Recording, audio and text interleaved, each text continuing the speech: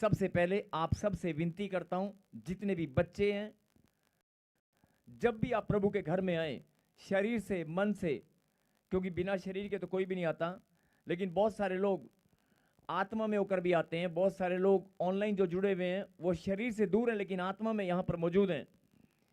आप किसी भी प्रकार से प्रभु के घर में आए हैं, परमेश्वर की प्रेजेंस में अगर आप बैठे हैं, तो आपका बैठना, आपका चलना फिरना, उठना, खाना पीना, हर चीज प्रभु के लिए समर्पित होना चाहिए। और समर्पित जो भावनाएं आपकी हैं उनमें खोट ना हो, और वो पवित्रता के साथ आपका बोना परमेश्वर जरूर ग्रहण करेंगे।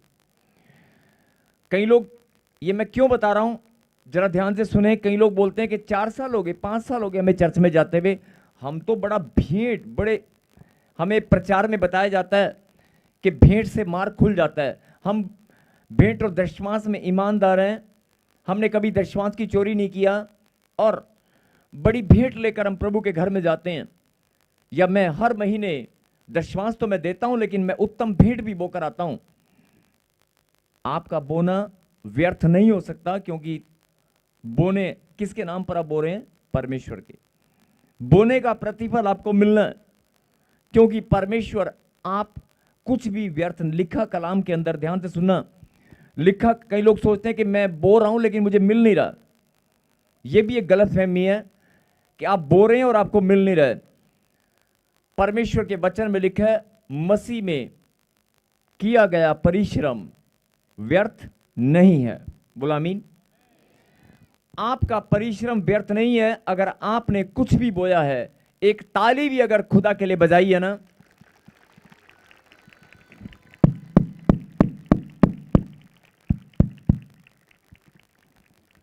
एक ताली भी अगर आपने परमेश्वर के लिए बजाई है तो उसका भी प्रतिफल आपको मिलने वाला है। एक हालेलुया का बुलंद नारा भी अगर आपने लगाया है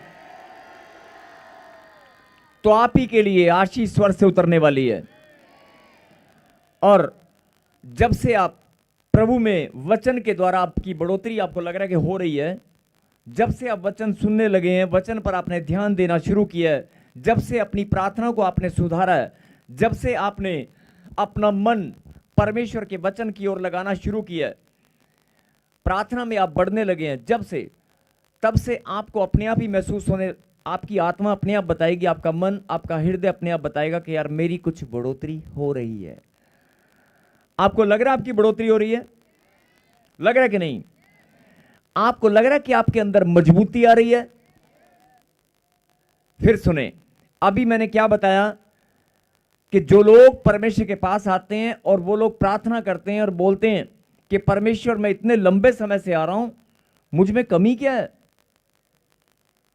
मैं इतने लंबे समय से ईमानदारी से, जैसे प्रभु के दास, जैसे हमें शिक्षा मिलती है, हम उसी के अनुसार अपने आप को प्रभु के पास, अपने जीवन को उसी के अनुसार हम चलाते हैं। जो शिक्षा हमें मिली है कि आप भेंट और दशमांश में ईमानदार रहें, आप प्रार्थना में बढ़ें, मैं सब वही काम करता हूं जो मुझे बताया गया है, लेकिन फिर भी मेरी बढ़ोतरी क्यों नहीं हो पा रही है?